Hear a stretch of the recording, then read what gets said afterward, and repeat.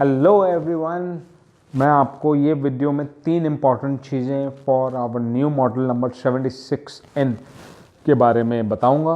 मैं Sumit Maini, director Weston electronics limited, आज आपको 3 important things for this 76N model number washing machine के बारे में बताऊंगा।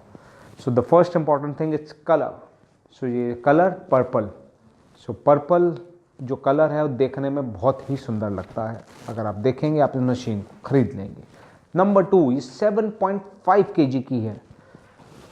हमारे फर्स्ट टाइम कैटेगरी में 7.5 kg ऐड हुई है। नंबर 3, इसमें मैजिक फ़िल्टर है। सो ये फ़िल्टर मैजिक की तरह काम करता है, ऑटोमेटिकली फ़िल्टर करता है।